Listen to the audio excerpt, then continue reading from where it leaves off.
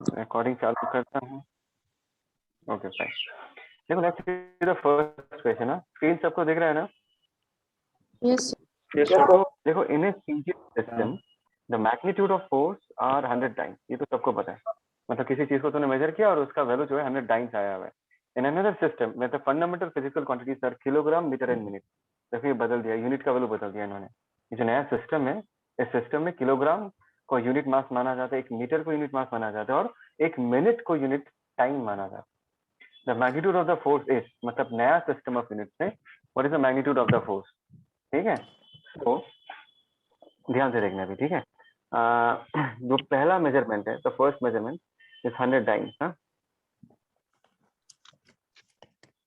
Before I start solving the problem we all know कि dimension of force क्या होगा, that is M L T minus 2। मतलब यहाँ पर अगर मुझे टाइम्स को लिखना है तो टाइम्स को हम क्या लिख सकते हैं, एम के लिए केजी आ जाएगा, ध्यान से देखना, एम के लिए केजी आ जाएगा, लेंथ के लिए मीटर आ जाएगा, डिवाइडेड बाय क्या आ जाएगा, सेकंड स्क्वायर आएगा। So this is the measurement, this is the measurement, ठीक है। Okay fine. अभी हमको ये बताना है कि this measurement in the new system of unit उसका, ठीक है, इन द न्यू, हाँ Sir, dynes, I think it will be gram centimeter second. ओहो सॉरी यार, सॉरी, मैं मिस्टेक, मैं गलती से ऐसा ही लिख दिया, sorry.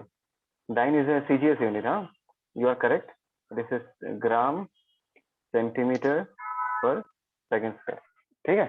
Dyne is a CGS unit. तो ये हमने यूनिट तो लिख लिया, लेकिन दिस मच इक्वल टू कितना, ये जो नया सिस्टम है ना, इसका कुछ नाम दो। चलो give me a name for the new system of unit. वैसे इसका नाम डाइन से इसका नाम क्या दे सकते हैं हम, एनीथिंग?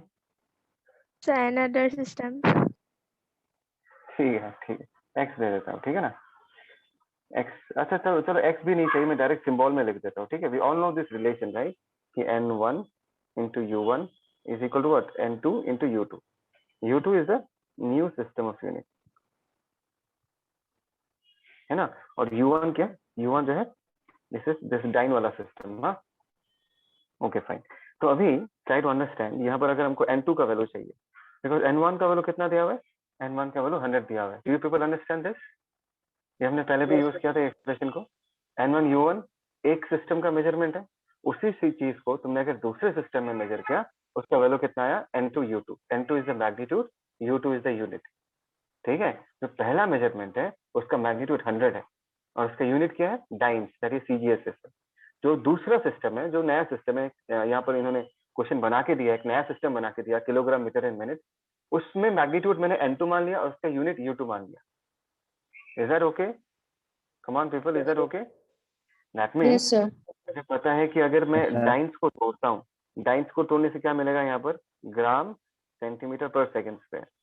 और यहाँ पर ये जो नया सिस्टम है, न्यू सिस्टम को तोड़ूंगा, मास की जगह हमको क्या लिखना पड़ेगा, किलोग्राम, लेंथ की जगह हमको क्या लिखना पड़ेगा, मीटर, एंड टाइम की जगह हमको क्या लिखना पड़ेगा, ध्यान देना, टाइम की जगह हमको मिनट स्क्वायर लिखना पड़ेगा। बोलो, ये जो नया सिस्टम है, do people understand this?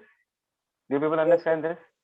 Okay. Yes, sir. तो यहाँ पर ध्यान देना, यहाँ पर जो ग्राम है, मैं अपने फॉर्मूला में उसको m1 लिखूंगा, जो सेंटीमीटर है उसको l1 लिखूंगा, और जो सेकंड है उसको t1 लिखूंगा।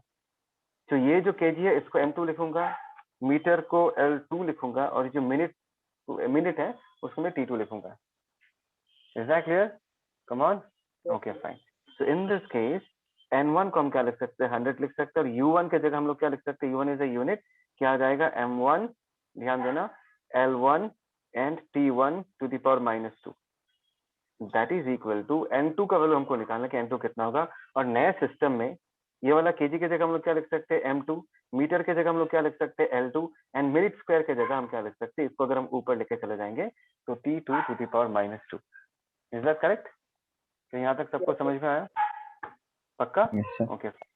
सो यहाँ पर ध्यान देना, अगर हमको n2 का वैल्यू चाहिए तो ये पूरे क्वांटिटी को हम क्या करेंगे, इस तरफ शिफ्ट करके लेके आ जाएंगे, डिनोमिनेटर में आ जाएगा। तो n2 का वैल्यू कितना होगा, ध्यान से देखो, 100 इंटू m वाली चीजों को एक साथ रखते हैं, m1 बाई m2, है ना। l वाली चीजों को एक साथ रखते हैं, that is l1 by l2, है ना। एंड टाइम वाले चीजों को एक साथ रखते हैं, that is t1 divided by t2 to the power -2। ठीक है, अभी ध्यान से देखो जनता, दिस इज 100। m1 कितना है भाई? m1 कितना है? देखो यहाँ पर हमने लिख के रखा है m1 कितना, 1 ग्राम है। आइए ना जनता, जवाब दो, आइए ना, Yes. यस और नो? Yes, sir. m2 कितना है भाई? m2 kg है, m2 इज 1 kg, m2 को हमने 1 kg दे दिया। l1 कितना है भाई? l1 हो गया 1 सेंटीमीटर, और l2 कितना है? l2 हो गया 1 मीटर, ध्यान देना। And t1 is the time in the first case taken in terms of second, and in the second case it is taken as minute। बोलो यहाँ तक तुमको समझ में आया? Is that okay? है ना? Is that okay? Okay, so in this case हम यहाँ पर 100 लिख दिया। 1 ग्राम को 1 ग्राम ही रखता हूँ, 1 kg को हम क्या लिख सकते हैं? 1000 ग्राम। ठीक है ना? 1 सेंटीमीटर को हम क्या लिख सकते हैं? सॉरी, 1 सेंटीमीटर को वैसे ही रखते हैं। 1 मीटर को हम क्या लिख सकते हैं? 100 सेंटीमीटर। ठीक है, 1 सेकंड को वैसे रखते हैं, और 1 मिनट को हम क्या लिख सकते हैं? 60 सेकंड। Is that clear? बस अभी अगर हम इसको सॉल्व करेंगे, जैसे कि यहाँ पर ग्राम ग्राम चला गया, सेंटीमीटर सेंटीमीटर चला गया, 1/60। अगर इसको पूरा सॉल्व करोगे ना, इसका वैल्यू 3.6 आएगा। मतलब n2 का जो वैल्यू आता है वो कितना आता है? 3.6। यहाँ पर डायरेक्टली आंसर लिख दिया। क्या तुम लोगों को ये समझ में आया? Is that okay? Yes, sir. Yes, sir. Yes, sir. पक्का? Yes, sir. Sure? Yes, sir. इसका स्नैपशॉट ले लो, देन वी मूव अहेड। इसका एक स्नैपशॉट ले लो। अगर तुम लोगों ने ऐसा ही किया, नहीं चाहिए, अगर कुछ डाउट है, if you want to make a copy out of it, तो स्नैपशॉट ले लो। ठीक है, लेट्स मूव अहेड, आगे बढ़ते हैं। Let's see the next question. ये क्या है? ये कितने लोगों ने किया है? Give me a thumbs up. ये कितने लोगों ने किया है? Give me a thumbs up. कौन? निशान, रिदीप, और कोई? Anyone else? शोएब, आया तेरा आंसर ये? सर ट्राई किया था बट आया नहीं, समझी नहीं कुछ, मतलब ओके, कोई नहीं, चलो अभी देखते हैं, अभी डिस्कस करते हैं। ठीक है, ओके। देखा कि in the two system of relation, देखो 2 सिस्टम दिया गया है। among velocity, acceleration and force, मतलब there are 3 physical quantity, velocity, acceleration and force। ध्यान रखना है, यहाँ पर 2 सिस्टम है, are respectively v2 equal to alpha square by beta v1। मतलब ये जो v2 और v1 है, v2 is the velocity when it is measured in the first system of unit, sorry, v2 मतलब v2 is the measurement which is measured in the second system of unit, and v1 जो measurement है, ये कौन से system में major किया गया है? दूसरे सिस्टम में, जो पहला सिस्टम है ना, बिकॉज यहाँ पर क्वेश्चन में बोला कि 2 सिस्टम है, तो एक सिस्टम में v1 आया, दूसरे सिस्टम में v2 आया। सिमिलरली फोर्स को मेजर कर गया, एक सिस्टम में f1 आया, दूसरे सिस्टम में f2 आया, और दोनों के बीच का रिलेशन है ये f2 equal to f1 by alpha beta। if alpha and beta are constant, then the relation among mass, length and time in the two systems are, ये पूछा गया है। ध्यान से सुनो, मैं फिर से रिपीट कर रहा हूँ। यहाँ पर तुमने एक ही वेलोसिटी को मेजर किया, फिर से सुनो, एक ही वेलोसिटी को मेजर किया है, लेकिन तुमने 2 अलग अलग सिस्टम ऑफ यूनिट यूज किया। तो एक सिस्टम को यूज करके उसका वैल्यू v1 निकला, दूसरे सिस्टम को यूज करके उसका वैल्यू v2 निकला। ठीक है, और v1 v2 के बीच का क्या रिलेशन है वो यहाँ पर दिया हुआ है। ध्यान दो, v1 और v2 के बीच का रिलेशन क्या है वो दिया हुआ है। Is that clear? सिमिलरली तुमने फोर्स मेजर किया, एक सिस्टम में फोर्स का मेजरमेंट आया f1, दूसरे सिस्टम में फोर्स का मेजरमेंट आया f2, और f2 और f1 के बीच का जो रिलेशन है वो यहाँ पर दिया हुआ है। सिमिलरली यहाँ पर अच्छा, यहाँ पर और एक एक्सेलरेशन भी है, मैं ये थोड़ा सा ढक गया, यहाँ पर एक्सेलरेशन भी है, दिखा सबको? यहाँ पर एक्सेलरेशन का भी कनेक्शन है, a2 that is equal to alpha beta times of a1। did you people understand the question? come on people, समझ में आया सबको? Yes sir. Sure? Yes, sir.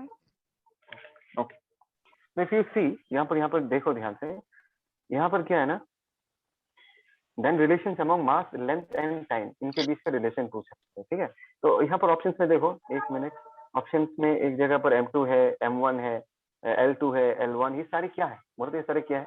m1 m2 हमने पिछले क्वेश्चन में क्या यूज किया था?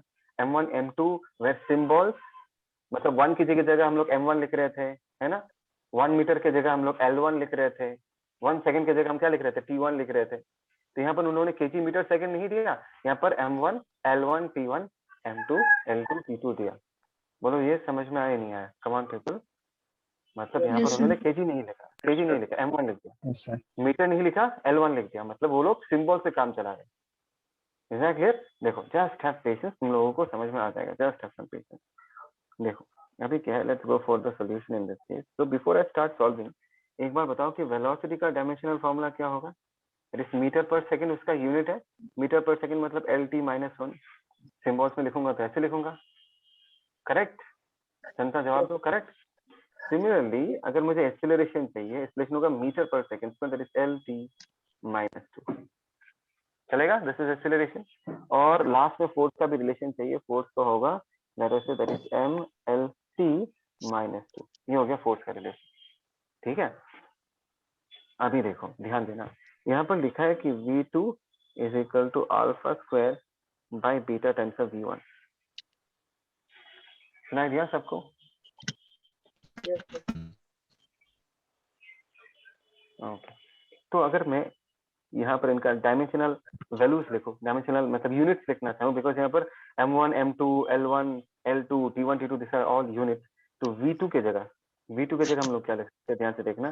Can I write L2 T2 to the power -1? क्या मैं ऐसा लिख सकता हूँ V2 के जगह? Yes, sir. Yes, sir. Next alpha square by beta V1 के जगह क्या मैं ऐसा लिख सकता हूँ L1 T1 to the power -1? क्या मैं ऐसा लिख सकता हूँ, बताओ? Yes, sir. कुछ भी डाउट है तो you can ask me now. अगर कोई डाउट है you can ask me now.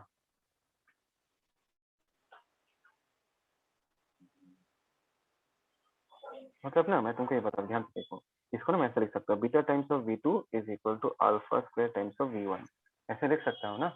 तो देखो यहाँ पर बीटा जो है, इसको ना हमने जो पहले एक रिलेशन सीखा था N1 into U1 equal to N2 into U2, उसके साथ कंपेयर कर सकते हो, ठीक है? Just make you people understand. Beta को तुम N1 जैसा इमेजिन करो, तो V2 को तुम U1 U2 के फॉर्म में लिखते हो। चलो ये 2 है, जैसे कि N2 U2 के फॉर्म में लिख सकते हो, और इसको हम क्या लिख सकते हैं, N1 U1 के फॉर्म में लिख सकते हैं, जहां पर U1 is nothing but the unit of V1 and U2 is nothing but the unit of V2।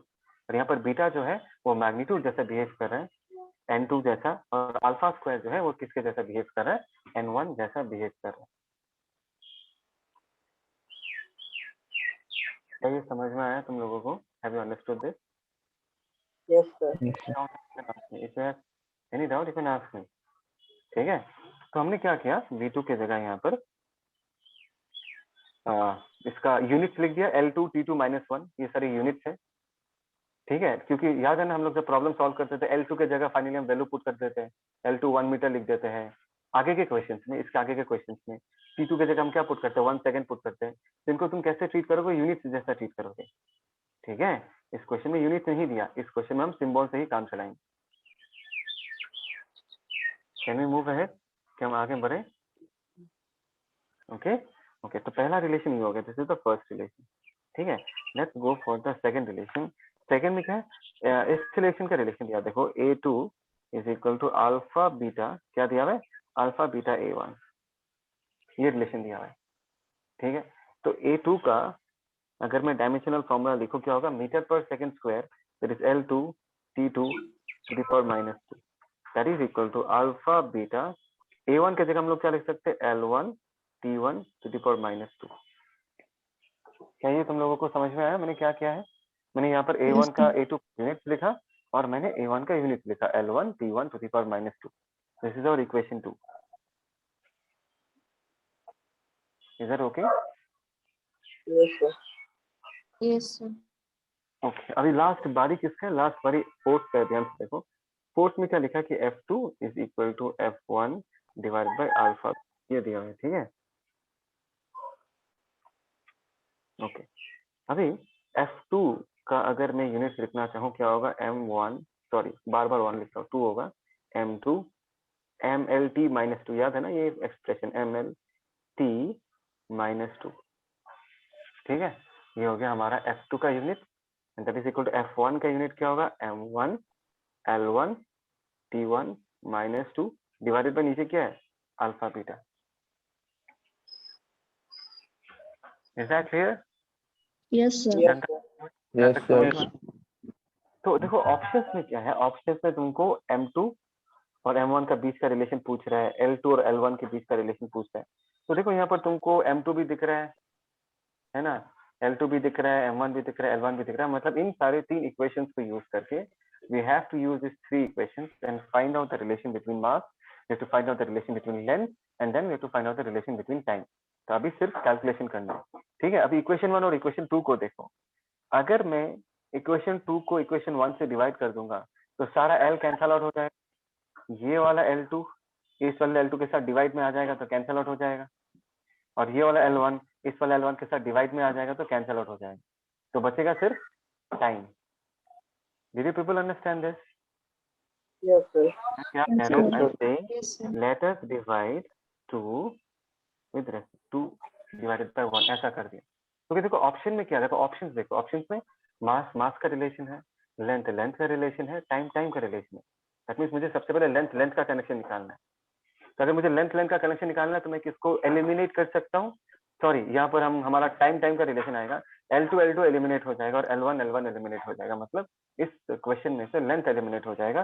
तो 2 डिवाइडेड बाय 1 करूंगा तो क्या होगा, ध्यान से देखो, L2 T2 ऊपर क्या आ जाएगा, -2, sorry this is -2 divided by यहाँ पर क्या आएगा, L2 T2 -1, और equation this divided by this करूंगा तो क्या आएगा, ऊपर आएगा, that is L1 T1 -2 divided by, ध्यान से देखो, सॉरी यार ये A1 है, ठीक है, L1 T1 to the power -1।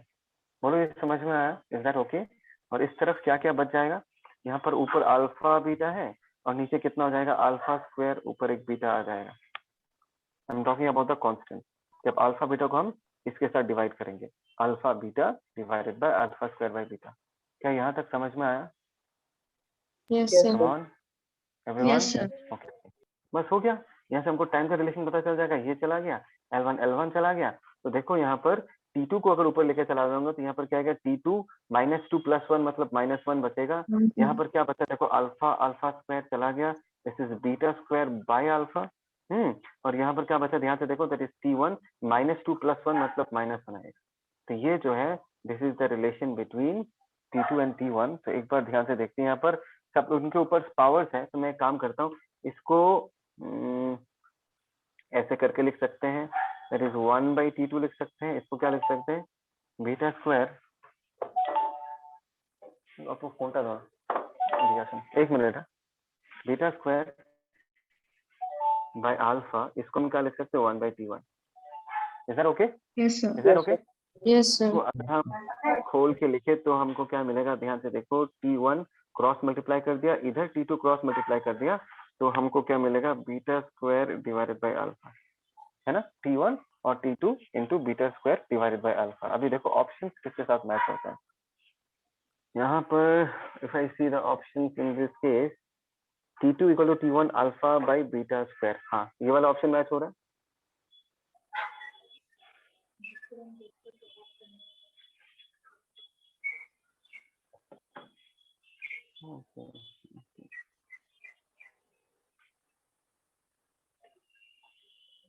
Okay, is that okay? ये मिला, एक minute. Have you seen this option, option B? Option B के साथ मैच हो रहा है, मैच हो रहा है, नहीं हो रहा? देखो थोड़ा ध्यान से देखो, मैंने जिस फॉर्म में निकला है उस फॉर्म में नहीं है, अलग फॉर्म में, लेकिन मैच हो रहा है। तो यहाँ पर T2 T1 का कोई रिलेशन है ही नहीं है, ऐसा रिलेशन।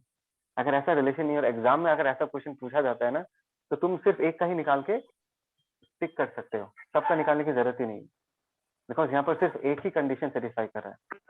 तुमको समझ में आ रहा है मैं क्या कह रहा हूँ? Yes, sir. Yes, Clear? sir. Is it clear? बोलो, Yes, sir. sir. क्या तुम M1 M2 का और L1 L2 का रिलेशन निकाल पाओगे इस तरीके से? क्या तुम ऐसे रिलेशन निकाल पाओगे? कम ऑन पीपल, बताओ। अगर तुम इसको एक, अगर तुम इसको ध्यान दो, इसके साथ डिवाइड कर दोगे, ध्यान दो, तो यहाँ पर भी L2 T⁻⁻2 है, यहाँ पर भी L2 T⁻⁻2 है, यहाँ पर भी L1 T1 T⁻⁻2 है, यहाँ पर भी L1 T1 T⁻⁻2 है। डिवाइड करोगे तो LT वाले टर्म सारे कैंसिल आउट हो जाएंगे, बचेगा सिर्फ M1 और M2। और यहाँ से तुमको M1 M2 का रिलेशन पता चल जाएगा। ये सब तुम लोग करोगे अभी बैठ के, समझ में आया? You to do it on your own now. मैं तुमको दिखा दिया कैसे करना पड़ता है। I think so you can do it now. मुझे लगता है तुम लोग कर पाओगे। टेल मी, कर पाओगे नहीं कर पाओगे? मैंने जैसे L1 Yes, के लिए sir. T1 किया, उस Yes, तरीके से sir. तुम L के लिए भी करोगे, उस तरीके से तुम M के लिए भी करोगे। ठीक है, ठीक है। Yes, sir. अगर Yes, अगर ये sir. समझ में आया please give me a thumbs up. अगर ये समझ में आया, and put on your cameras everyone. मैं पहले दिन से बता रहा हूँ यार, put on your cameras. Nishant, Manas, Indrani, Mrityunjay, put on your cameras.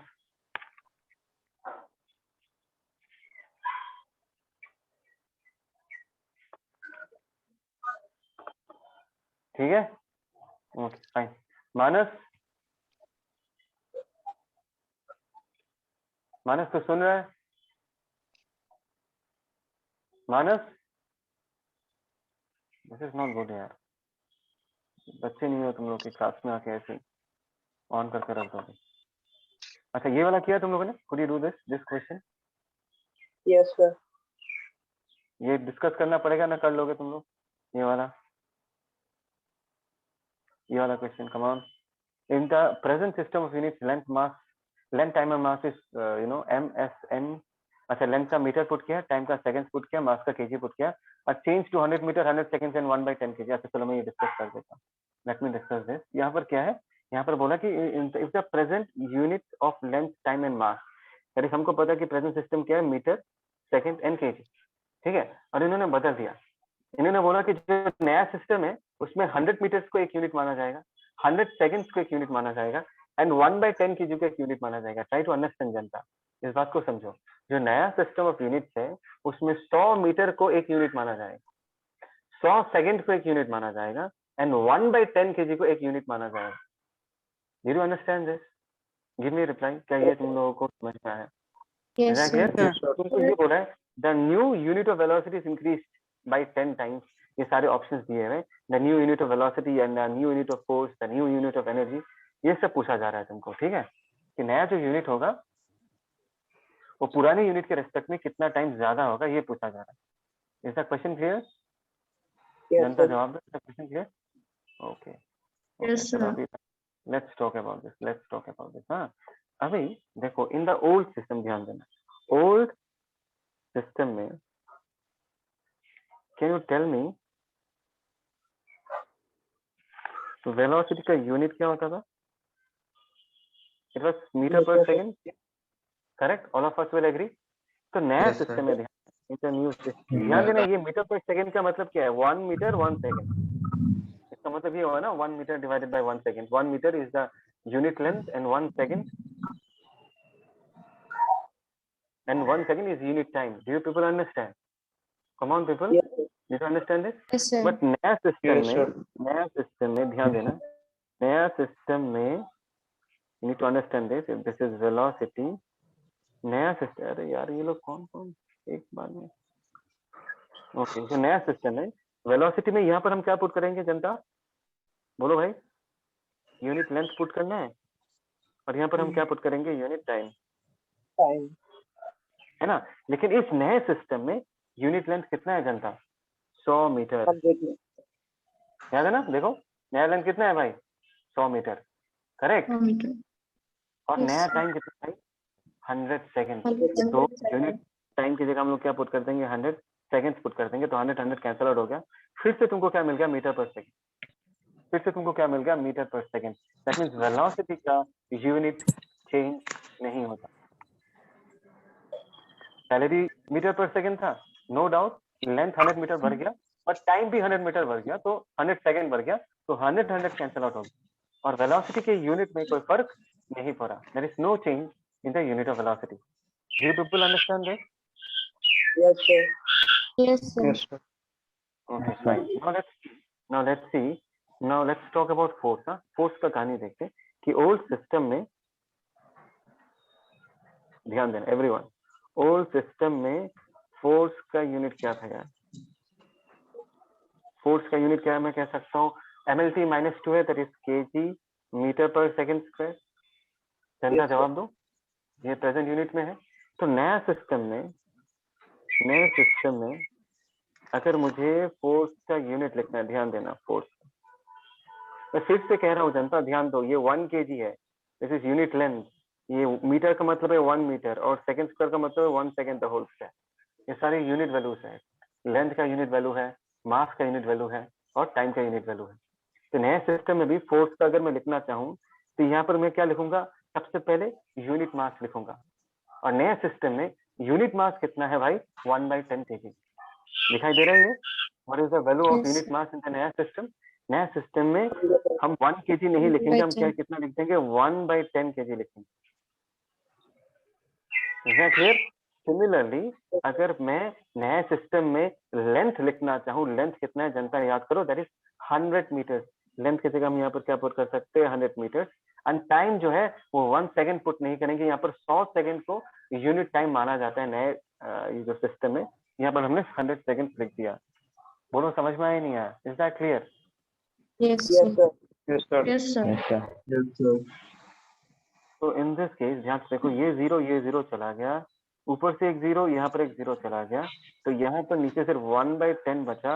और यहाँ पर क्या आ गया, kg metre per second. What is kg metre per second? जनता जवाब दो, what is kg metre per second? Can I say kg metre per second is nothing but the old system, First. Unit of old system, right? And what is, हमने जो ये निकाला, ये क्या निकला, ये चीज क्या निकला? This is the unit of नया system. Yes, sir. Yes, sir. Can I say that the unit of Naya system is 1/10 times the unit? एक मिनट है, कैलकुलेशन ठीक है क्या यहाँ पर? Sir, it is 100 seconds square. Okay okay, यहाँ पर एक कैलकुलेशन मिस्टेक हो गया, रुको एक मिनट, रुको, यू आर करेक्ट। ये 100 सेकंड स्क्वायर पुट करना चाहिए था मुझे यहाँ पर, एक मिनट है। ओके, तो यहाँ पर 100 सेकंड स्क्वायर, सॉरी यहाँ पर स्क्वायर मिस हो गया, तो ये स्क्वायर हो गया। तो ऊपर मैं काम करता हूँ, ये फिर से लिखता हूँ, यहाँ पर कितना था, 100 मीटर था, तो ये जीरो चला गया। ऊपर क्या बचेगा, ध्यान दो जनता, that is 10 kg into metre, और नीचे कितना हो जाएगा, 1 2 3 4 सेकंड स्क्वायर। तो ये और ये चला गया, यस अभी ठीक है, that is 1/1000 kg metre per second square. अभी ठीक है ना, अभी सही है ना everyone? Is it okay now? Is Yes. it okay now? Okay. So can you tell me what is this? What is this? kg meter per second square? All It is the system. old Old system. system. तो ये जो निकला है पूरा, ये क्या है? ये पूरा नया सिस्टम है। तो नया नया सिस्टम system. का फोर्स का यूनिट है, नया सिस्टम में जो फोर्स का यूनिट है, that is 1/1000 time of the old system. समझ में आया? नया सिस्टम में जो फोर्स का यूनिट है, that is 1/1000 time of the old system. क्या ये सबको समझ में आया? Come on people. Yes, sir. Yes, sir. Yes, sir. Sure? Sure? Yes, sir. Okay. Yes, कुछ sir. भी डाउट है तो बोलना है, ठीक है ना? कुछ भी डाउट है तो बोलना है। So this is the next question that we are talking about. ठीक है, बस नया सिस्टम देखो, इट्स वेरी सिंपल, बात को समझो। सिस्टम बदल जाएगा ना तो यूनिट भी बदल जाएगा। जैसे कि ऐसा सिस्टम में हम 1 kg मानते हैं, है ना, और सीजीएस सिस्टम हम क्या मानते हैं, 1 ग्राम मानते हैं। 1 kg कितना होता है? 1 kg 1000 ग्राम होता है, नहीं होता? तो बात को समझो, ऐसा ही सिस्टम में 1000 ग्राम को एक यूनिट माना जाता है। कैन आई से इट दिस वे? पीपल, जनता जवाब दो, कैन आई से it this way? I am talking about ऐसा यूनिट, ऐसा यूनिट में unit of mass is 1 kg and CGS system में यूनिट ऑफ मास इज 1 ग्राम। तो क्या मैं 1 kg को 1000 ग्राम तो लिख सकता हूँ ना? 1 kg को मैं 1000 ग्राम लिख सकता हूँ, नहीं लिख सकता? बता। तो Yes. क्या मैं इस अपना लैंग्वेज ऐसा यूज कर सकता हूँ कि ऐसा ही सिस्टम में 1000 ग्राम को यूनिट मास माना जाता है? बोल सकता हूँ ना ऐसे? तो यहाँ पर भी सेम है, इन्होंने भी सेम बोला कि बोलो जो नया सिस्टम है ना, उसमें 100 मीटर को यूनिट मानना है। नया जो सिस्टम है उसमें 100 सेकंड को तुमको यूनिट टाइम मानना है, और जो नया जो सिस्टम है उसमें 1/10 kg तुमको एक यूनिट मानना पड़ेगा, the new system. Is that clear? Yes, sir. Yes, sir. Yes, Yes, sir. Fine fine, that's great. इसका एक स्क्रीनशॉट लेके रखो, take a screenshot of this, it's very important. बहुत ही बढ़िया क्वेश्चन है। तो ये सारे क्वेश्चन जो है ना तुम्हारे बेसिक्स को हिट करेगा, तुम्हारा अंडरस्टैंडिंग को इम्प्रूव करेगा। देखो सिर्फ थ्योरी पढ़ने से नहीं होगा, जब तक तुम लोग अप्लाई करना नहीं सीखोगे ना, तब तक तुमको कंप्लीट प्योर नॉलेज पता नहीं चलता। ठीक है, आई होप सो सबको समझ में आ गया। तो I am moving ahead, let's move ahead. Yes, sir. ठीक है, Sir, यस यस बोलो। you say, you also get to convert the G from CGS to MKS. guys. What will be निशा में छुट्टी पर, और एक बार बोलो। So you get to convert the G from CGS to MKS. So what is the answer? CGS से MKS में convert करना है, किसको कन्वर्ट करना है? तो G को ग्रेविटेशनल कांस्टेंट। ग्रेविटेशनल कांस्टेंट का ये आई थिंक तो तुमको सबसे पहले ग्रेविटेशनल कांस्टेंट का यूनिट निकालना पड़ेगा। सबसे पहले वो निकाल देते हैं। Let's use this formula, F equal to G m1 into m2 by r square, right? सबको ये पता है ना?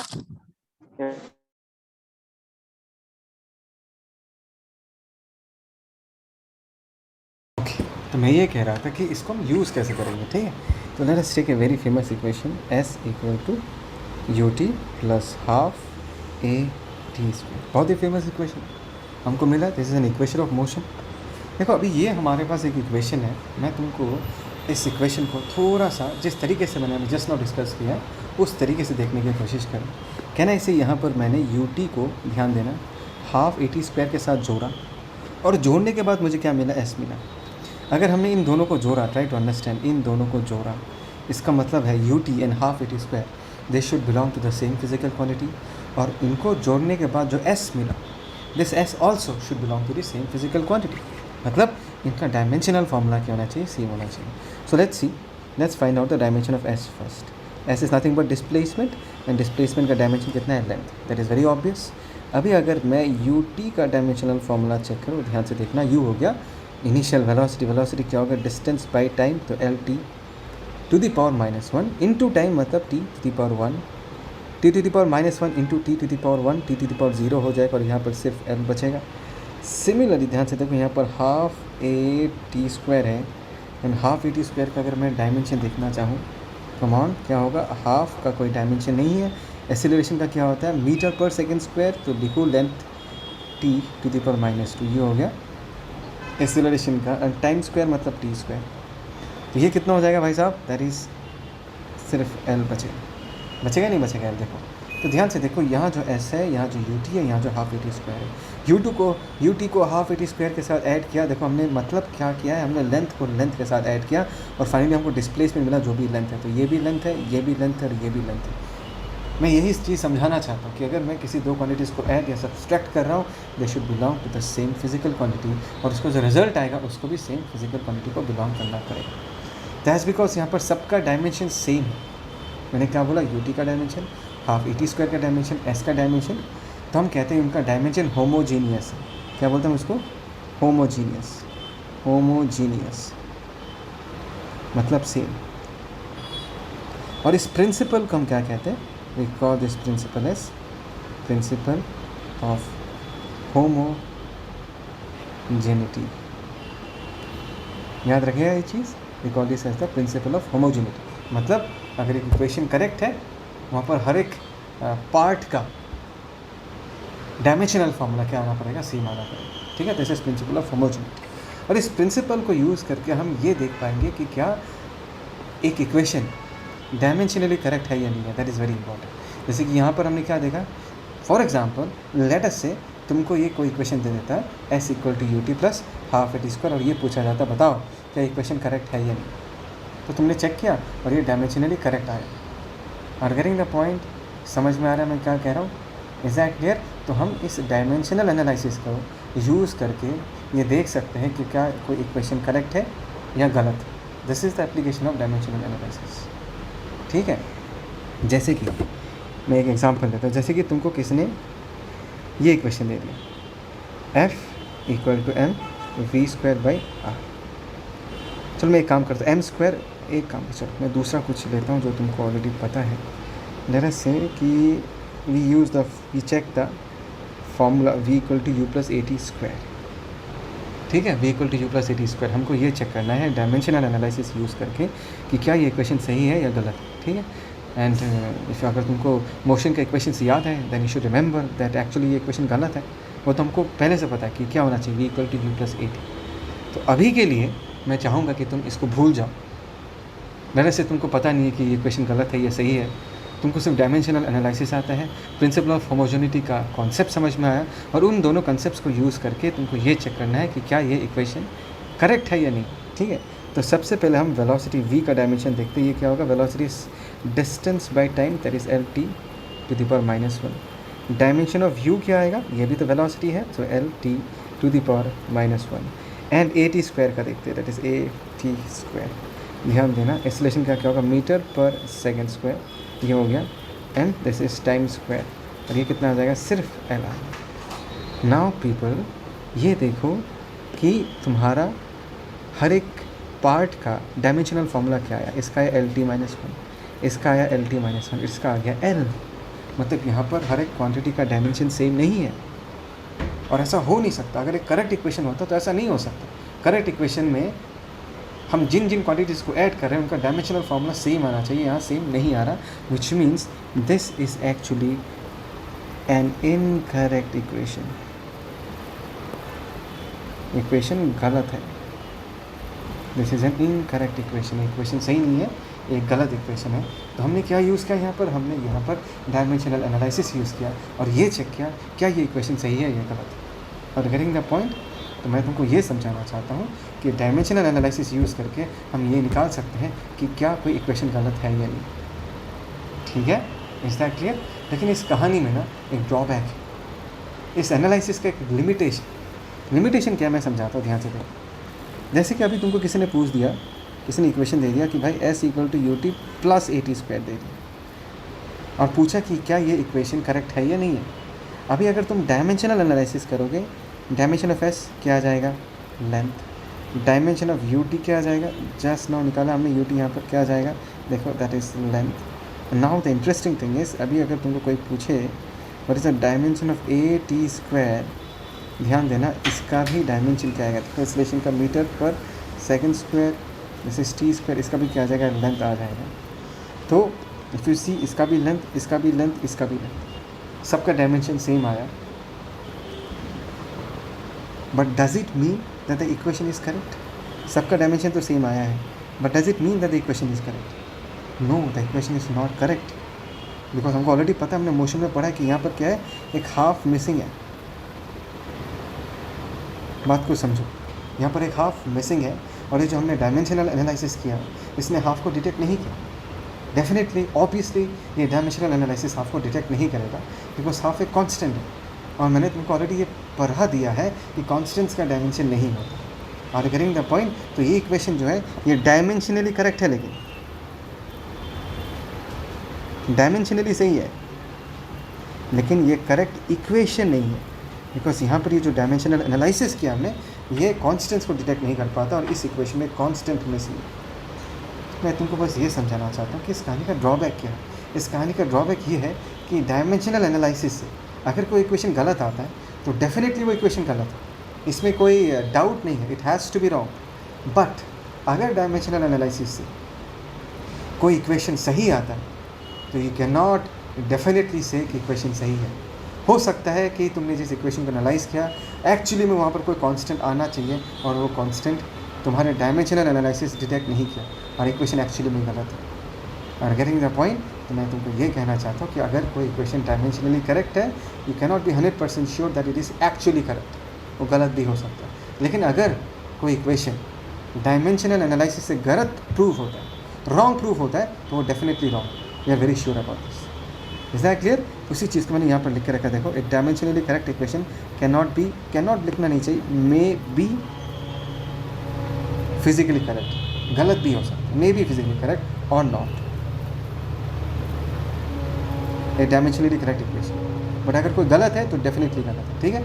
और यहाँ पर मैंने क्या लिख के रखा, note that the dimension of half A T square and A T square are the same, pure numbers are dimensionless, that is the reason इस एनालिसिस में हाफ पकड़ में नहीं आता या कॉन्स्टेंट्स पकड़ में नहीं आता। I hope so you understood this. पक्का, श्योर, ठीक है, तो आज की क्लास को हम यहाँ पर ही कंक्लूड करते हैं। Hope you have enjoy this. तुमको ये समझ में आया? अगर कोई भी डाउट है please feel free to comment. ठीक है, चलो bye, take care, meet you in the next video. Okay, अभी जो ये क्वेश्चन पूछा गया था, यहाँ पर ये पूछा गया था कि हमको ग्रेविटेशनल कांस्टेंट जी का वैल्यू CGS से MKS या MKS से CGS में अगर कन्वर्ट करेंगे तो what will be the magnitude in the new system of units, right. Late us say कि हमको ये निकालना है कि ग्रेविटेशनल कांस्टेंट का वैल्यू CGS सिस्टम में उसका मैग्नीट्यूड कितना है, वो निकालना है। ठीक है, तो सबसे पहले ग्रेविटेशनल कांस्टेंट का डायमेंशनल फार्मूला हम निकाल लेते हैं। ठीक है, तो देखो we remember the formula gravitational force between two masses, that is Gm1 × m2 divided by what, r²। ये फार्मूला हमको याद है। यहाँ से ना हम g का वैल्यू निकाल सकते हैं, वो कितना होगा, F × r² divided by m1 × m2। Okay, अगर हमको g का डायमेंशनल फार्मूला चाहिए तो दोनों तरफ स्क्वायर ब्रैकेट चिपका दो, FR² और ये हो गया m1 × m2। ठीक है, डायमेंशनल फार्मूला क्यों चाहिए? बिकॉज एक बार हमको डायमेंशनल फार्मूला पता होगा तो मुझे एक्जैक्टली पता होगा कि जी का यूनिट्स क्या क्या है। ठीक है, फिर हम MKS सिस्टम में उसका यूनिट लिखेंगे, CGS सिस्टम में उसका यूनिट लिखेंगे, फिर हम वो एक्सप्रेशन यूज़ करेंगे N1 × U1 = N2 × U2, उस तरीके से हम कन्वर्ट करेंगे। ठीक है, सो फोर्स की जगह हम लोग क्या लिख सकते हैं, दैट इज़ MLT - 2, r² की जगह लेंथ स्क्वायर, है ना, और m1 × m2 को हम m² लिख सकते हैं। इसको अगर मैं सिंप्लीफाई करूँ, ध्यान से देखो क्या मिलेगा, m² चला गया तो यहाँ पर m⁻⁻1 बचेगा, दिस इज L³ बचेगा यहाँ पर, और t-2। ठीक है, so this is the dimensional formula of g। ठीक है, अभी g का जो है मेजरमेंट हम दो अलग अलग सिस्टम ऑफ यूनिट्स में करते हैं। जैसे एक SI सिस्टम है, एक CGS सिस्टम है। SI सिस्टम में लेटस से जी का यूनिट अगर मैं लिखना चाहूँ, इस डायमेंशनल फार्मूला को देख के अगर लिखना चाहूँ तो हम क्या लिखेंगे, यूनिट को हम लिख सकते हैं, ध्यान से देखो, kg⁻⁻1 m³, second to the power -2, ये लिख सकता हूँ। और CGS यूनिट में अगर लिखना चाहूँ तो क्या लिखूँगा, ध्यान से देखो, that is g⁻⁻1 centimetre to the power centimetre cube लिख देंगे, और सेकेंड टू द पावर -2। ठीक है, ये हो गया यूनिट इसका। ठीक है, हम इनका पेट नेम दे देते हैं। इसका पेट नेम क्या दे, ओके फाइन, लेट अस से इसको चिंकू बुलाते हैं, इसको मिंकू बुलाते हैं, ऐसे ही मज़े के लिए। ठीक है, मतलब जी का मेजरमेंट SI सिस्टम में जी का यूनिट क्या है, 1 चिंकू, एंड जी का जो मेजरमेंट है CGS सिस्टम में, दैट इज़ 1 मिंकू। ठीक है, क्वेश्चन ये पूछा गया है कि एक चिंकू कितना मिंकू है। ठीक है, एक minute, let's talk about this. ये पूछा गया कि 1 चिंकू कितना मिंकू है। ध्यान देना, यहाँ पर चिंकू और मिंकू जो वो यूनिट है। ठीक है, तो यहाँ पर अगर मैं Chinku which is unit express करना चाहूँ, जैसे से kg को हम m1 से रिप्रेजेंट करेंगे, मीटर को हम L1 से रिप्रेजेंट करेंगे, सेकेंड को मैं T1 से रिप्रेजेंट करूँगा, यहाँ पर ग्राम को मैं m2 से रिप्रेजेंट करूँगा, सेंटीमीटर को मैं L2 से रिप्रेजेंट करूँगा, और सेकेंड को T2 से रिप्रेजेंट करूँगा। ठीक है, सो यहाँ पर अभी अगर मैं वैल्यूज़ लिखूँ तो हम क्या लिखेंगे, एक मिनट, यस, दिस m1 × -1, ये लिख देंगे, लेंथ की जगह L1³, ये देख के लिख रहा हूँ, क्या देख के लिख रहा हूँ, ये देख के लिख रहा हूँ। ठीक है, and second to the power -2 मतलब T1 टू द पावर -2, ये हो गया। 1 चिंकू is equal to let us say n times of Minku, यही तो निकालना है, मैंने माना चलो n, और मिंकू की जगह हम लोग क्या लिख सकते हैं, ध्यान से देखो, यहाँ पर हमने m2 टू द पावर -1 लिख दिया, लेंथ की जगह L2³ लिख दिया, और टाइम की जगह T2 -2 लिख दिया, ये लिख दिया हमने। तो यहाँ से अगर मैं n का वैल्यू निकालना चाहूँ, n कितना होगा, अगर मैं इनको इकट्ठा लिखता हूँ तो m1/m2 टू द पावर -1, यहाँ पर क्या होगा, L1/L2³, और यहाँ पर क्या होगा, ध्यान से देखो, T1 T2 to the power -2। Is that clear? Okay fine. अभी m1 की जगह हम लोग क्या लिख सकते हो, 1 kg, m2 की जगह हम क्या लिख सकते हो, 1 gram to the power -1, length L1 की जगह 1 मीटर, कितना होगा, 1 सेंटीमीटर। Is that clear? और टाइम तो सिंपल है, यहाँ पर भी 1 सेकेंड, यहाँ पर भी 1 सेकेंड, ध्यान दो, दिस इज -2। तो 1 kg को हम 1000 ग्राम्स लिख सकते हैं, ग्राम ग्राम कैंसिल आउट हो जाएगा, ये कितना होगा, 10⁻³ -3। Is that okay, right? अच्छा अभी यार 1 मीटर 100 सेंटीमीटर लिख सकते हैं। ओहो क्यूब छूट गया। यहाँ पर हम क्या लिख देंगे 1 मीटर की जगह, ध्यान देना 1 मीटर की जगह 100 centimetre, centimetre centimetre cancel out हो जाएगा, ऊपर 100 बचेगा, 100 मतलब 10 स्क्वायर और ऊपर एक 3 है तो 10 टू द पावर 6 हो जाएगा, और तो ये तो सिर्फ 1 बचेगा। ठीक है, तो ये कितना होगा 10 to the power 3। Is that clear? Come on people. Okay 10 to the power 3, तो n का वैल्यू कितना हो गया 10 to the power 3। That means 1 चिंकू। अच्छा चलो मैं एक लिखता हूँ, SI में लिखता हूँ। लेट अस से g का value in SI unit is equal to 10 to the power 3 g का वैल्यू इन CGS यूनिट। ठीक है, अभी अगर g का वैल्यू तुमको SI सिस्टम में वैल्यू पता है, वहाँ पर तुम इस पर्टिकुलर जगह पर पुट कर दोगे, जो वैल्यू आएगा यहाँ पुट कर दोगे तो तुमको CGS में कितना वैल्यू होगा वो पता चल जाएगा। अगर CGS का वैल्यू पता है तो वो वैल्यू यहाँ पुट कर दो, इस जगह पर पुट कर दो, यहाँ पर पुट कर दो, तो वहाँ से तुमको SI सिस्टम में g का वैल्यू क्या है वो निकाल सकते हो। ठीक है, कंफ्यूज मत होना, ये मैंने चिंकू मिंकू नहीं लिखा, मैंने क्या लिखा g का वैल्यू इन SI सिस्टम, और यहाँ पर हमने क्या लिखा g का value in CGS system. Conversion तुम निकाल सकते हो यहाँ से। ठीक है, ओके। अभी हम एप्लीकेशन ऑफ डायमेंशनल एनालिसिस, इसका तीसरा एप्लीकेशन देखेंगे। बहुत ही इंटरेस्टिंग एप्लीकेशन। देखो अभी जनता, अगर मैं तुमको ये पूछता हूँ कि अगर मैं 3 kg को 2 लीटर के साथ ऐड करूँ तो क्या मिलेगा, और इसका ऑब्वियस जवाब क्या होगा, सर ऐसा तो हो ही नहीं सकता। आप मास को कभी भी वॉल्यूम के साथ ऐड नहीं कर सकते, है ना। 3 kg is a measurement of mass and 2 litre जो है that is a measurement of volume. Mass और को वॉल्यूम को कभी भी ऐड नहीं कर सकते, right. So this is illogical, इस लाइन का कोई मतलब नहीं बनता। लेकिन क्या मैं 3 kg को 2 kg के साथ ऐड कर पाऊँगा? Yes, that will be equal to what 5 kg। ये पॉसिबल है बिकॉज यहाँ पर हम क्या कर रहे हैं, we are adding up the same kind of physical quantity. यहाँ पर हमने मास को मास के साथ जोड़ा और जो जवाब मिला वो भी मास ही है ना। सिमिलरली अगर मैं 3 kg से 2 kg को माइनस कर दूँ, मुझे क्या मिलेगा 1 kg मिलेगा। ये भी पॉसिबल है बिकॉज यहाँ पर हमने मास को मास के साथ माइनस किया और जो रिजल्ट मिला दैट इज़ 1 kg, ये भी मास ही है।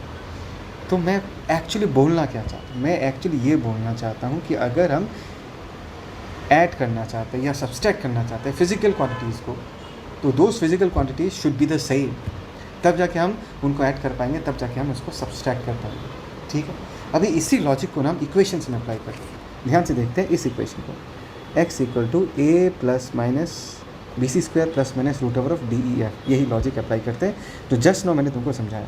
ध्यान से देखो, यहाँ पर x equal to a plus minus BC square plus minus root over of DEF। ध्यान से देखो, यहाँ पर a जो है उसको हमने BC स्क्वायर के साथ ऐड या सब्सट्रैक्ट किया और रूट ओवर ऑफ DEF के साथ ऐड या सब्सट्रैक्ट किया। और हमने जस्ट नाउ क्या देखा, अगर हम किसी भी 2 क्वांटिटीज़ को ऐड कर रहे हैं या सब्सट्रैक्ट कर रहे हैं, इसका मतलब क्या है, they should belong to the same physical quantity. मतलब उनका डायमेंशनल फार्मूला, ध्यान से सुनो, कान खुले हुए हैं, क्या बोला मैंने, डायमेंशनल फार्मूला क्या होगा, सेम होगा। Which means I can write dimension of A should be same as the dimension of BC square should be same as the dimension of root over of DEF। ये होना चाहिए, right, because हम इनके बीच addition और subtraction करें, और इनको add और सब्सट्रैक्ट करने के बाद हमको जो यहाँ पर x मिला, this also should belong to the same physical quantity. So इसका भी डायमेंशनल फार्मूला सेम होना पड़ेगा, right, because when you add up same quantities और when you subtract same quantities you get the same quantity, same physical quantity as the result. Mass को add करने से मास मिलेगा, volume को माइनस करने से फिर से वॉल्यूम मिलेगा, तो x जो रिजल्ट है that should also be the same physical quantity. Is that clear? समझ में आया मैंने क्या कहा? Okay fine. अभी जो हमने ये सीखा है इसको मैं तुमको यूज़ करके दिखाता हूँ, 1 मिनट। ओके, अभी जो हमने ये सीखा उसको हम यूज़ कैसे करें उसको देखते हैं।